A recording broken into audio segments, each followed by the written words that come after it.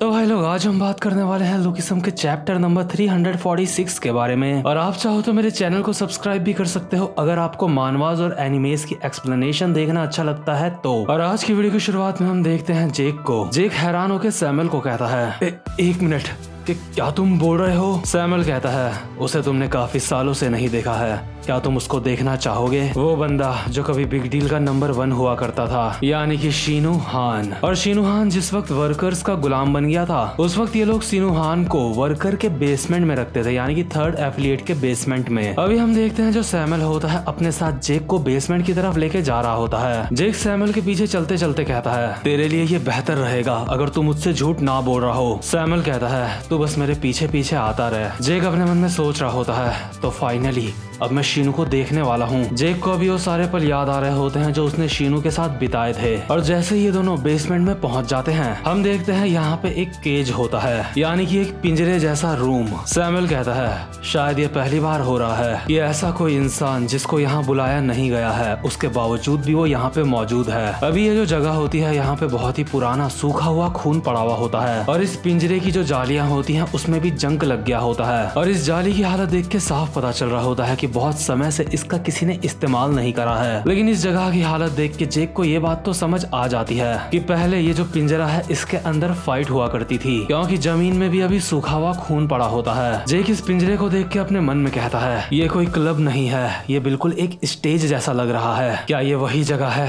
जहाँ पे इन लोगों ने शीनू को रखा था? आखिरकार शीनू इस जगह पे क्या करता था? लेकिन एक मिनट, अब शीनू यहाँ पे क्यों नहीं है? शीनू कहाँ है? इसके बाद हम देखते हैं इसके आगे की तरफ एक और गली जा रही होती है और सैमुअल जेक को कहता है, इस तरफ आ जाओ। जेक सैमुअल के पीछे पीछे आता है और कहता है, क्या यही वो जगह है जहाँ पे शीनू को रखा गया है? सैमुअल जेक को एक काल कोठरी के अंदर लेके आता है और कहता है, हाँ कह सकते हैं शीनू यहीं पे था। और अभी हम देखते हैं ये जो काल कोठरी होती है पूरी तरह से खाली होती है। यहाँ पे अभी कुछ पुराने बर्तन और कुछ बेड़ियां होती हैं, मतलब कि जिससे शीनू को बांधा जाता था। जेक इस काल कोठरी के अंदर आते हुए कहता है, क्या वो यहाँ पे था? इससे तुम्हारा क्या मतलब है? क्या ये शीनू का कमरा है जहाँ पे शीनू रहा करता था? एक सेकंड, और ये क्या है? और हम देखते हैं यहाँ की जो दीवारें होती है, शीनू ने उसमें काफी सारे निशान बना रखे होते हैं। जेक इन निशानों को देख के अपने मन में कहता है, आखिर शीनू इन निशानों से क्या बोलना चाहता था? इसके बाद हम देखते हैं लगभग 20 काले कोट वाले बंदों को, और इन सभी के चेहरे में अभी एक व्हाइट मास्क होता है। और आई थिंक ये जो लोग हैं ये है ऑडियंस, जो कि उस पिंजरे के अंदर जिसको अभी हमने थोड़ी देर पहले देखा था। ये काले कोट वाले बंदे शीनू लोगों की फाइट उस पिंजरे के अंदर देखा करते होंगे। और यार जो शीनू होता है यहाँ आने के बाद उसकी जिंदगी पूरी तरह से बदल गई होती है। शीनू पूरे साल भर यहाँ पिंजरे में नए नए लोगों से फाइट करता रहता था, चाहे वो वसंत का मौसम हो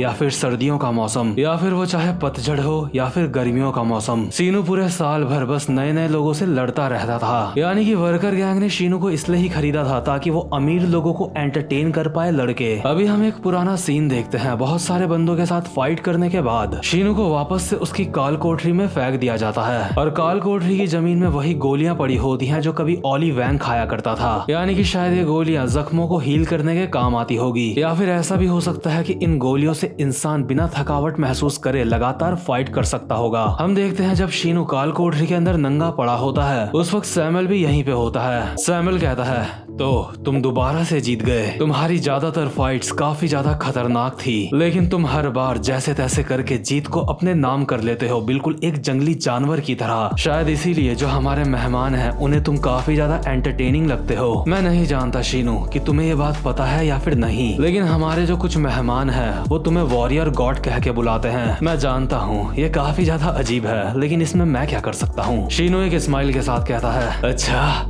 तो क्या ये सच है? खैर जो भी हो, जेक मुझे बचाने के लिए आ रहा है। सैमुअल कहता है, ये बात मेरे दिल में काफी ज्यादा चोट पहुंचाती है। मैं भी कभी बिग डील का मेंबर हुआ करता था, लेकिन तुझे सिर्फ जेक की ही चिंता है। शीनू कहता है, क्या तू भी बिग डील का एक मेंबर हुआ करता था?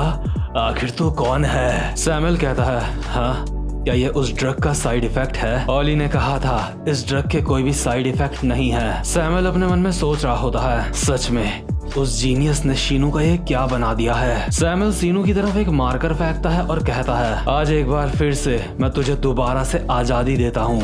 तू जितना मर्जी हो उतना लिख सकता है। वैसे भी ऐसा करके तू अपना बस टाइम वेस्ट ही कर रहा है। और अभी हम देखते हैं जो शीनू होता है मार्कर से दीवार में कुछ लिख रहा होता है। सैमुअल अपने मन में बोल रहा होता है, मैंने कभी नहीं सोचा था कि शीनू का अंत ऐसा होगा। जब तुम्हारी याददाश्त चले जाती है तो सच में ये एक काफी भयानक चीज होती है। यानी जो शीनू होता है उसकी हालत यहाँ पे रह के इतनी ज्यादा खराब हो जाती है कि अब उसको ठीक से कुछ याद भी नहीं होता। मतलब कि उसकी पूरी तरह से याददाश्त नहीं गई होती, लेकिन इतने सालों से इस काल कोठरी में रहते रहते ऐसी कई सारी बातें होती है जो वो भूल चुका होता है। अभी हम प्रेजेंट मोमेंट में देखते हैं जो जेक होता है सैमुअल का कॉलर पकड़ता है और कहता है, मुझे पता आखिर शीनू कहाँ है। तूने मुझे कहा कि ये शीनू का कमरा है, आखिर ये सब क्या है। वो दीवार में ऐसी चीजें कभी भी नहीं लिखेगा। आखिर वर्कर्स ने शीनू के साथ क्या करा है। और हम देखते हैं जो शीनू होता है उसने पूरी दीवार में मार्कर से काफी सारे नाम लिखे होते हैं, जैसे कि यानोई, जेक, जेसन ब्रैड, ऐसे कई सारी बार उसने दीवार में कई सारे नाम लिखे होते हैं। और एक आधी जगह तो उसने सैमुअल का भी नाम लिखा होता है और अलेक्जेंडर का भी। चाहे जमीन हो या फिर दीवार, यहाँ पे हर जगह मार्कर से बस नाम ही नाम लिखे हुए होते हैं। और इस बात से आप अंदाजा लगा सकते हो कि शीनू किस तरह की जिंदगी यहाँ पे जी रहा था। और यार इस जगह की ऐसी हालत देख के ना जो हमारा जेक होता है उसकी आंखों से आंसू आ जाते हैं, क्योंकि ये अंदाजा तो जेक को भी लग ही गया होता है कि शीनू कैसी जिंदगी जी रहा था यहाँ पे। जेक रोते हुए और चिल्लाते हुए कहता है,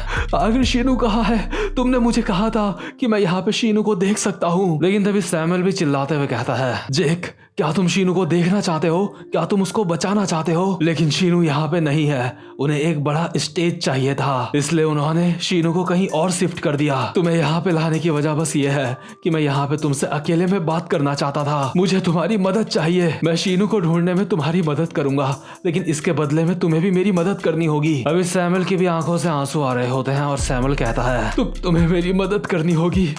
मैं राजा बनना चाहता हूँ। और यार भले ही सैमुअल ये बात बोल रहा होता है कि उसको राजा बनना है, लेकिन सैमुअल के आंसू देख के हमें ये पता चल रहा है कि ये बात तो शायद सैमुअल को भी अच्छी नहीं लगी होगी कि शीनू का इतना बुरा हाल हुआ है। तो खैर इसके बाद सीन शिफ्ट होता है और हम देखते हैं डैनियल के घर का सीन। इस वक्त डैनियल अपने कमरे में लेटा हुआ होता है और कहता है, वो सच में काफी लंबा दिन था। उम्मीद करता हूँ वास्को और जैक आराम से घर पहुँच गए होंगे। तो फाइनली मैं घर वापस आ ही गया। मेरी बॉडी मुझे ऐसे महसूस हो रही है जैसे ये टूट चुकी होगी। मुझे तो ये भी याद नहीं है मैं घर कैसे पहुंचा था। मुझे ऐसा महसूस हो रहा है जैसे मैं बस पूरे दिन भर पिटता ही रहा हूँ। क्या मैं बस पिटा ही था या फिर मैंने किसी को मारा भी था। अरे हाँ, मुझे याद आया, मेरा सामना लोगन ली से हुआ था। मैं सोच रहा था उसने अचानक से स्कूल क्यों छोड़ दिया। शायद उसने ऐसा इसलिए करा है ताकि वो 4 बड़ी गैंग्स का हिस्सा बन सके। मैंने जब लोगन को देखा था तो वो और गो आपस में एक दूसरे के काफी ज्यादा क्लोज लग रहे थे। क्या लोगन ही गो का सीक्रेट दोस्त है, जैसा कि एक बार मुझे गो ने बताया था। आखिर उस गो के दिमाग में चल क्या रहा है। क्या वो सच में चेयरमैन चोई की ही तरफ है या फिर वो दूसरी तरफ है। और यार सच में गो एक ऐसा बंदा है कि उसके दिमाग में क्या चल रहा है ये पता लगा पाना बहुत ही ज्यादा मुश्किल है। इसके बाद डैनियल अपनी दूसरी बॉडी को देखता है और कहता है, वो सच में मैं किसी बच्चे की तरह सोता हूँ। मुझे अभी यकीन नहीं होता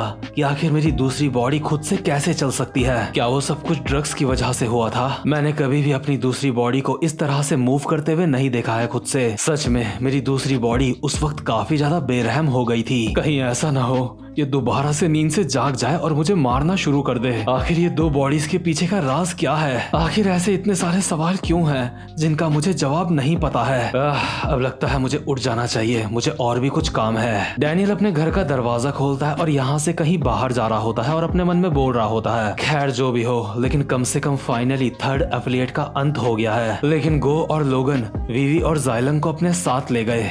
लेकिन कोई बात नहीं, मैं वहाँ से कुछ वीवी कुकीज चुराने में कामयाब रहा। ये तो अच्छा हुआ जब मुझे पहली बार पता चला था कि वीवी कुकीज के अंदर ड्रग्स मिला हुआ है। उस वक्त मैंने कुछ वीवी कुकीज अपने जेब में रख ली थी। यही वो वीवी कुकीज हैं जिन्हें 3rd एफिलिएट छुपाने की कोशिश कर रहा था। मैं बस एक बार ये वीवी कुकीज डिटेक्टिव होंग को दे दूं, उसके बाद आगे का वो खुद संभाल लेंगे। इससे पहले कि और देर हो मुझे वहाँ पे जल्दी से पहुँचना होगा। चाहे कुछ भी हो जाए मुझे ये कुकीज डिटेक्टिव होंग तक पहुँचानी होगी। लेकिन जैसे ही डैनियल कुकीज लेके जा रहा होता है तभी वो एक बंदे से टकराता है और डैनियल की कुकीज जमीन में गिर जाती है। और इससे पहले कि डैनियल उन कुकीज को उठाता, जिस बंदे से डैनियल टकराया होता है वो बंदा उन कुकीज को उठा लेता है। डैनियल कहता है, सॉरी सर, मेरा ध्यान आपकी तरफ नहीं था। डैनियल अपने मन में कहता है, क्या इसने ही कुकीज मुझे देने के लिए उठाई है? लेकिन जिससे डैनियल टकराया होता है ये बंदा कहता है ये तो वीवी कुकीज हैं। काफी अजीब बात है, ये तो उसके हाथों में होनी चाहिए थी। डैनियल अपने मन में कहता है आखिर ये किसकी बात कर रहा है? लेकिन ये बंदा अभी अपने सर से अपनी कैप हटाता है और कहता है ये कुकीज तो अभी उसके हाथ में होनी चाहिए थी, इसीलिए मैं यहाँ पे उसको देखने के लिए आया था।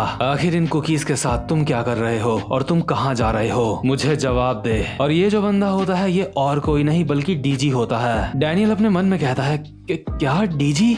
आखिर ये यहाँ पे क्या कर रहा है? और यार डैनियल के लिए डीजी हमेशा से ही एक बहुत ही ज्यादा रहस्यमयी बंदा रहा है। डीजी एक ऐसा बंदा है जिसको डैनियल की 2 बॉडीज के बारे में पता है। डीजी ने इससे पहले जब भी डैनियल से कुछ बात करी है तो उससे हमें यही पता चलता है कि डीजी को जरूर डैनियल की 2 बॉडीज के बारे में पता है। डैनियल अपने मन में कहता है क्या डीजी यहाँ पे मुझसे मिलने के लिए आया है? लेकिन एक मिनट, डीजी तो चार्ल्स चोई के लिए काम करता है, लेकिन मुझे ये वीवी कुकीज डिटेक्टिव होंग को देनी है। डैनियल डीजी को कहता है हे क्या तुम मुझे मेरी कुकीज वापस दे दोगे? डीजी कहता है मुझे लगता है तेरी बातों से अब कोई भी फर्क नहीं पड़ता, मैं ये कुकीज ले रहा हूँ। और डैनियल अपने मन में बोल रहा होता है नहीं, मैं इसको ये कुकीज लेने नहीं दे सकता। और भाई लोग आप में से मुझसे कई लोग पूछते हैं कि मेरा लुकिसम का फेवरेट कैरेक्टर कौन है, तो मैं आपको बता दूं कि मेरा कोई एक फेवरेट नहीं है, मेरे कई सारे फेवरेट कैरेक्टर हैं और उनमें से डीजी भी मेरा एक फेवरेट कैरेक्टर है। और साथ ही साथ कुछ लोग ये भी पूछ रहे थे कि लुकिसम का सीजन 2 कब आने वाला है, तो वैसे मैं पक्के तौर पे तो नहीं कह सकता, लेकिन मुझे मेरे कुछ सूत्रों से पता चला है कि लुकिसम का सीजन 2 2024 में आने वाला है। तो आई होप आपको आज की वीडियो भी अच्छी लगी हो, और अगर आपने चैनल को अब तक सब्सक्राइब नहीं करा है तो जल्दी से चैनल को सब्सक्राइब कर लो और वीडियो को भी लाइक कर देना। अब मैं मिलूंगा आपसे अपनी नेक्स्ट वीडियो में, तब तक के लिए गुड बाय।